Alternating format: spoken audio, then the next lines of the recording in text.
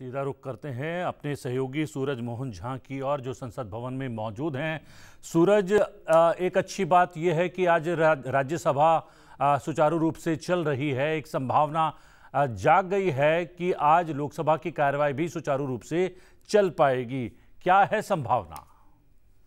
बिल्कुल प्रतिबिंब, जिस तरह से उच्च सदन में आज हमने देखा है सुबह की राष्ट्रपति अभिभाषण के धन्यवाद प्रस्ताव को लेकर और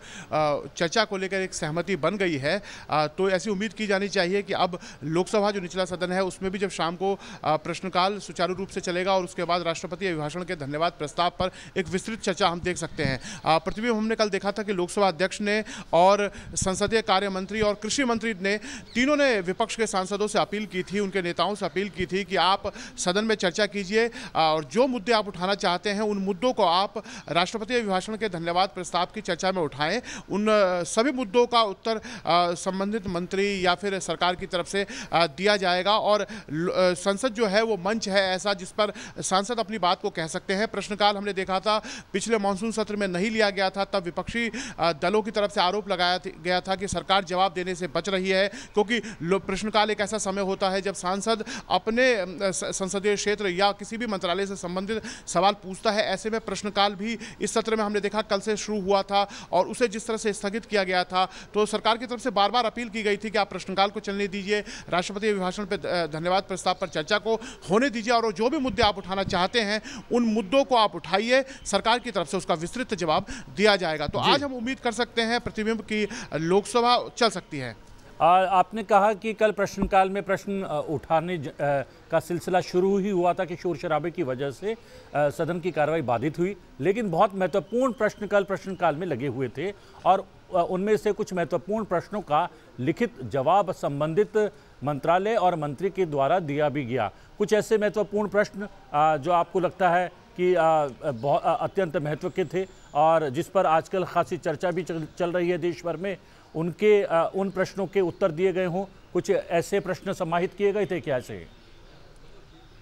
बिल्कुल, कल लिखित प्रश्नों की अगर हम बात करें जिनके जवाब सरकार की तरफ से दिए गए थे उसमें कृषि और किसान कल्याण से संबंधित थे, गृह मंत्रालय से संबंधित थे जिनके जवाब दिए गए थे। और कल अगर हम मौखिक सवालों की बात करें जो सप्लीमेंट्री में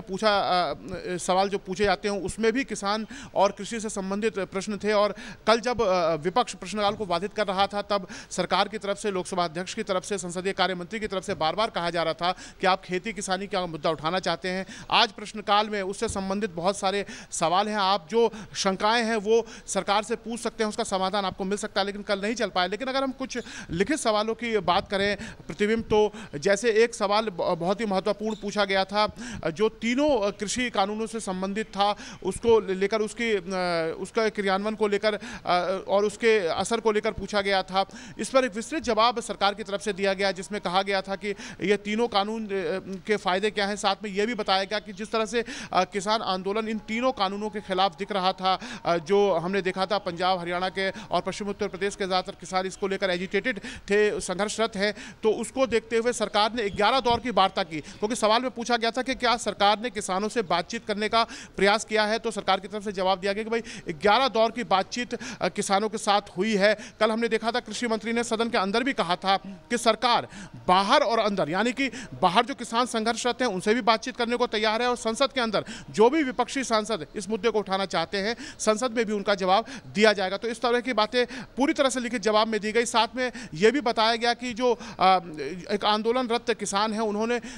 किस तरह से अपनी जो अभी हमने देखा था बीच में जो ट्रैक्टर रैली निकली थी उसको लेकर जो व्यापक हिंसा हुई और कानून व्यवस्था को अपने हाथ में लिया गया, उसकी भी बात हुई। साथ में कोविड-19 हमने देखा था जब किसान आंदोलन का 70 से ज़्यादा दिन हो गए हैं और उस समय कोरोना की एक भयावह स्थिति थी शुरुआत में, उसको लेकर हजारों किसान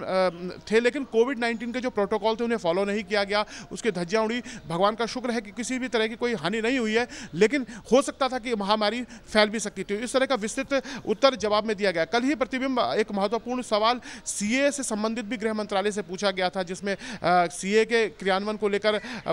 बात थी, तो उसका जवाब भी गृह मंत्रालय ने दिया। प्रतिबिंब जी जी जी, और जैसा कि आप संभावना जता रहे हैं कि उच्च सदन आज सुचारू रूप से चल रहा है, तो संभावना ये है कि लोकसभा की कार्रवाई भी नियत समय पर शुरू होकर सुचारू रूप से चलेगी। बातचीत करने के लिए और जानकारी उपलब्ध करवाने के लिए बहुत बहुत धन्यवाद सूरज। हमारे सहयोगी सूरज मोहन झा ये आशा जता रहे थे कि आज लोकसभा की कार्रवाई चलेगी।